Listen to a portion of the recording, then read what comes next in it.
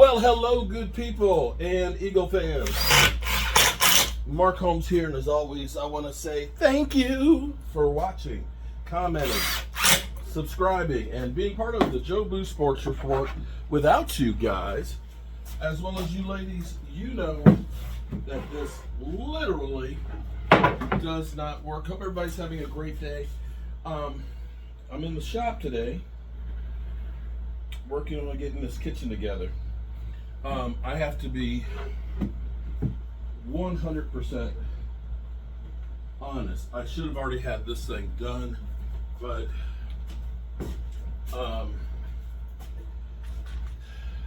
losing my dad really messed me up more than I realized. I have not been able to really focus on doing the things that I normally do the way I normally do them, and it just took me a while getting back into the swing of things, and I'm back into the swing now and beginning to start rocking and rolling again and getting myself together. So I appreciate everybody who has been there checking on me and praying for me and all of the good things. I really appreciate all of you guys. So we're deep in OTAs. Cowboy fans, let's be clear here. I love you guys. We're family.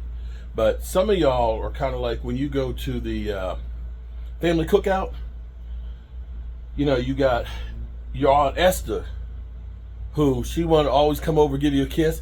Give me some sugar, baby. And she got a mustache bigger than mine. And then there's that one guy that you always say, keep the kids away from that guy. Yeah, uncle, you know who. Yeah, don't let the kids get too close to him. There's always some family that you're not exactly, feel great about. But they still family. And some of y'all Cowboy fans, hate to say it, that's you. Now, the Cowboys made a lot of moves. For the most part, Cowboy fans are just yawning and saying, we've hired a bunch of bums. See, now, if they had ended up bringing in somebody like, let's say, Von Miller, because that's a name you know. Oh, my God, we got Von Miller. Man, we going to the Super Bowl. You know that's what the take would be. People would be excited and happy about that because it's a name that you know. There's a lot of guys that have been brought in that you don't really know that much about. Some of which were high-profile guys when they were drafted, but just hadn't panned out the way they hoped their career would have by this point. Some of them have actually been pretty good and under the radar. Some of them fit and have familiarity with the coaching staff that we currently have. For example, a guy like Jack Sanborn. Jack Sanborn was with the Bears with Matt Elam. And Matt Elam has a plan on what he wants to do. And so far, we're hearing great things about Sanborn with the Cowboys working well with the number ones. Now, ideally, we'll get back Overshown at some point, and we'll have a plethora of linebackers that will be great. Another guy who most Cowboy fans yawned when we signed him is Elam. Elam, and again, I prefaced this in saying this is still OTAs.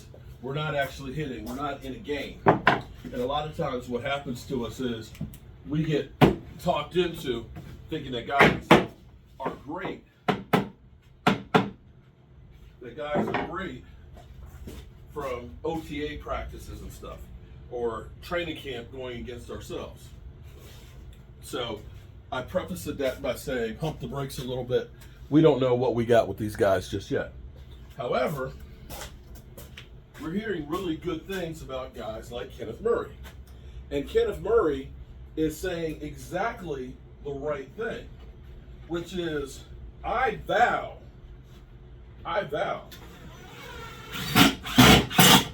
that we will stop the run. And that's a guy who, surprisingly, most Cowboy fans think is a bum. But that's a guy who was actually a team leader, team captain last year. He actually had, I can't remember if it was high 90s or 100 tackles last year. He is a good player, and I think he can be very, very good for our Cowboys. So don't poo-poo him. Don't sleep on him. Let's see what these guys got. Give them a break. And so we have a lot of new faces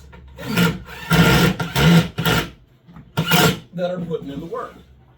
Now, the nice thing about Elam is, and I'm sure I'm sure Duron Bland, the diva that he is happy about it, that Elam has also been playing in the slot. So I'm very sure that makes him a little bit happier,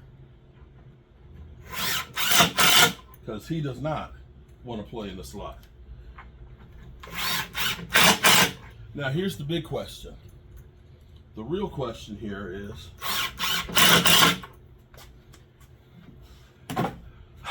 you know, it's crazy.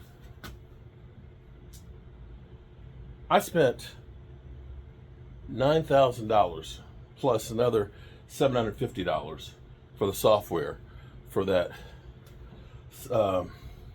CNC cutter.